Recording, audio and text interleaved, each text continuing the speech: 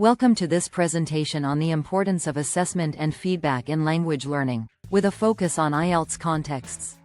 We'll explore effective assessment techniques, providing constructive feedback, and strategies to motivate and guide students toward improvement.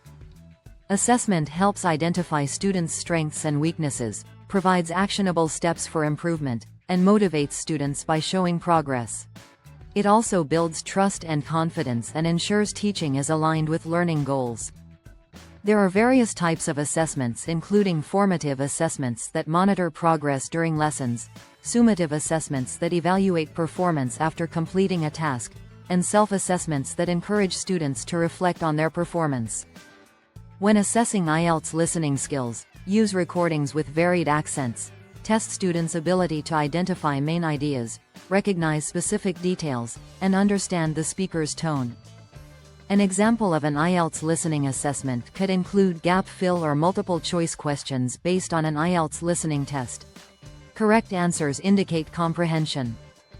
To assess IELTS speaking skills, evaluate fluency, coherence, vocabulary usage, grammar accuracy, and pronunciation. The IELTS speaking test consists of 3 parts: answering simple personal questions, sustaining a monologue for 1-2 minutes, and discussing abstract topics. An example of an IELTS speaking assessment involves role-playing an IELTS speaking test.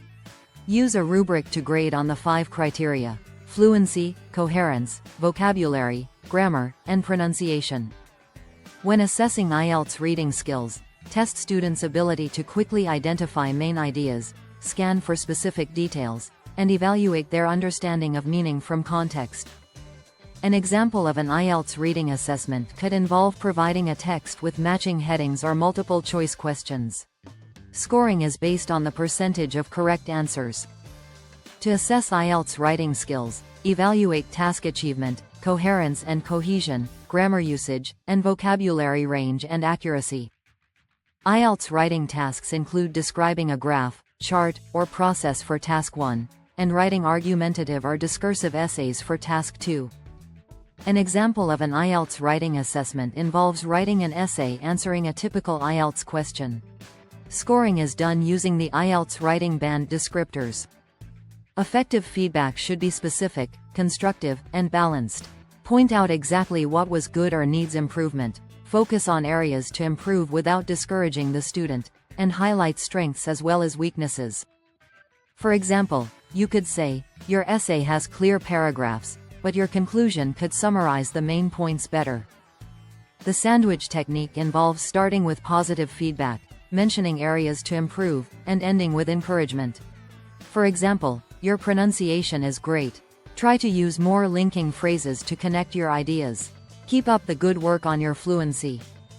When correcting errors, prioritize key errors and offer correct examples. Focus on repeated grammar mistakes and provide examples of correct usage. Encourage students to give each other feedback during pair or group activities. This helps them learn from each other and develop critical thinking skills. In a feedback practice scenario, you might ask a question like, "What's your favorite way to travel?" and then provide feedback on the student's answer, focusing on areas for improvement. An example of using the sandwich technique for feedback could be, "You've expressed your ideas clearly and chosen relevant vocabulary. Remember to use articles and proper verb forms. Keep practicing. Your ideas are great, and your grammar will improve with more speaking." Design an assessment for one skill, such as listening, speaking, reading, or writing. Include the task, scoring criteria, and a sample feedback comment. For this example, we'll focus on designing an assessment for speaking skills, specifically for IELTS Speaking Part 1 on the topic of hobbies. Students will answer questions about their favorite hobby, how often they engage in it, and why they enjoy it. The scoring criteria for the speaking assessment are divided into 4 equal parts: fluency and coherence, lexical resource, grammar range and accuracy, and pronunciation. Each criterion is worth 25% of the total score. Here is an example of feedback for each scoring criterion. For fluency and coherence, you might say, "Your response flowed well, but try to avoid long pauses when thinking of ideas." For lexical resource, you could comment on the variety of words used. Grammar feedback might focus on tense usage, and pronunciation feedback could highlight clarity and stress on words. Reflecting on past feedback practices, positive reinforcement and specificity were effective.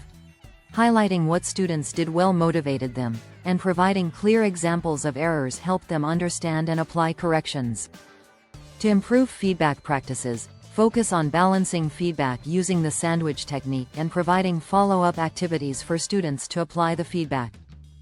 Implementing improved feedback practices involves using the sandwich technique, providing specific examples, assigning follow-up tasks, and encouraging self-reflection among students.